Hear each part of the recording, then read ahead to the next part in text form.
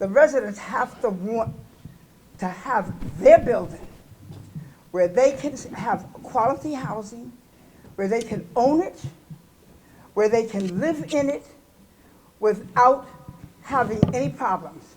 And the other thing is that if you don't own, you can be moved out of your community at any time. Now, everybody can't own, there's no doubt about it. But those of us that can, be it through the T.I.L.L program, That's right. be it because the residents took it over, whatever the case is, or because somebody owns, because in Harlem we still have a lot of small buildings. You know, we got some big ones, but we don't have a whole lot of 100-story, 200, in fact, I don't know if we got any. But we still have a lot of brownstones and a lot of small buildings. And if we don't retain ownership, then we're going to lose Harlem altogether. My name is Ronald Williams. I'm a part of the 204 West 121st Street Tenants Association. And you're probably wondering how all of this got started today. Well, some years ago, I forget, do you remember the year, was it? About 2000? 2005? It was about 2005. Yes, About sir. 2005, the city made a decision, this is during the time of Bloomberg's as mayor, the city made a decision they were getting rid of a lot of buildings. We fell into the T.I.L.L program, and we fell into that cluster of gentrification, let's just put it that way. Right. We fought and we fought on our own. Right. We ended up, at the final analysis, ended up down to HPD. They called us in. They came to the conclusion, the city lawyers, that we would have to move out. I'm leaving out a lot because there's a lot of details about that. Right. So the city lawyers called us down and told us that we have to move out in 6 months. At that time, a couple of years of fighting, we were at a stalemate. We didn't know what to do. This wouldn't be solved by lawyers. This would have to be solved a community way. Let's put it that way. We were 2 months in our eviction. We still didn't know what to do because when a lawyer can't solve your problem, you got trouble. Speak, Ron. We got a phone call that said that Inez Dickens wanted to see us at the state office building. Don't ask me how I got, that's how I got. That's right. We got in the office with some of the city officials, Anne-Marie Henderson, I want to call her name because she fought hard with us, and HPD. Inez told us, she looked and told us there's no one in her district going to be put outdoors. That's right. That's what she said. That's right. Yeah. She looked over at us and said, you guys have to buy that building. Come on. Oh, And at that point, the eviction stopped. Black and brown people cannot get mortgages. Now, they'll give us car notes, Better say something. but they don't give us mortgages, purchase money mortgages or mortgages to rehab. And when we do, we got to get hard money outside of the community. Yes, ma'am. Because the banks that we bank at, that's on every corner in Harlem, they don't give us those mortgages. And when we do finally get it, and you can have the same size brownstone as your white counterpart, you can have a 4-story basement and cellar, and in the same condition, and you will get less on the loan and a higher interest rate than they will. Now, that's fact. Fact.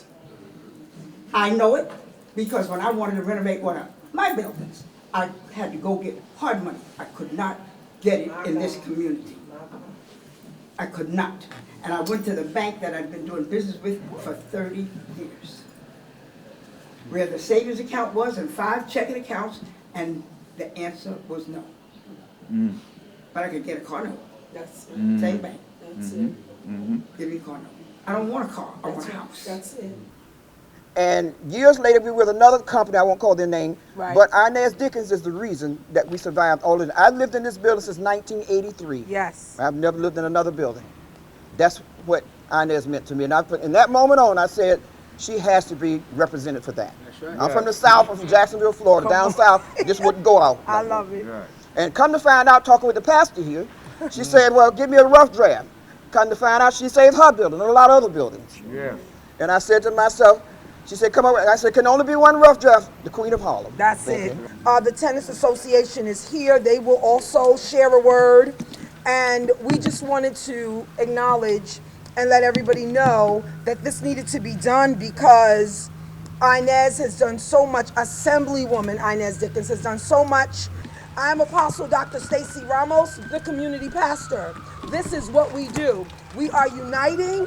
We are bringing our community together. And you have organizations, you have clergy, you have neighbors, and you have community here that is doing just that. It's been an honor to be able to know these folks. It's been an honor to labor in the vineyard with them. It's been an honor to bring our community to what it really needs to be. Not back, but better. My name is Joshua Clennon. I'm a community activist and a housing professional here in the Harlem community. I just want to thank Assemblywoman Inez Dickens for her work to help preserve this building, preserve the rights of these tenants. Councilwoman, when she stepped in, introduced us to the T.I.L.L program, the HPD. And so when you hear these tenants and you hear other folks talking about housing, it's just not because they want to get on the bandwagon. It's because they really have experienced some serious issues and concerns. And that's why they want to acknowledge the Assemblywoman, because she stepped in, like Deborah said, or like others said, when nobody else really would. And this was some time ago. My building here, 204, she did the same thing. That this is a co-op next door. And we own this building next door. And our church is there as well. And we've been able to really change the mindset from renters to owners for those that want it. I realize the legacy of this community is very important. The legacy, the history, the people of this community are extremely important. So staying in their home, staying in homes, Yes. fighting for housing, Yes. being able to retain your place in this community that you love and that you've grown up in. My three little Harlem girls, and it is still women's. We're right in the middle of Women's History Month.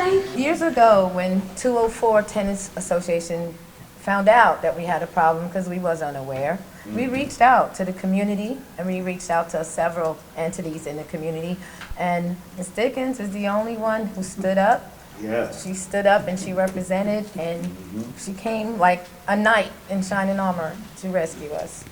And on behalf of the 204 Tenants Association, and in recognition of Women's History Month, I'm going to read it now. 204 West 121st Street Tenants Association members congratulate and present Assemblywoman Inez E Dickens of the 70th District of New York State Assembly with this plaque in appreciation for her support of affordable housing, her dedication of preserving the building, as well as her commitment to improving the quality of life for everyone in her community. And please accept this. And thank you. Oh, no, thank you. Yes. Thank you. Both of you, hold that, yeah, put your arm around.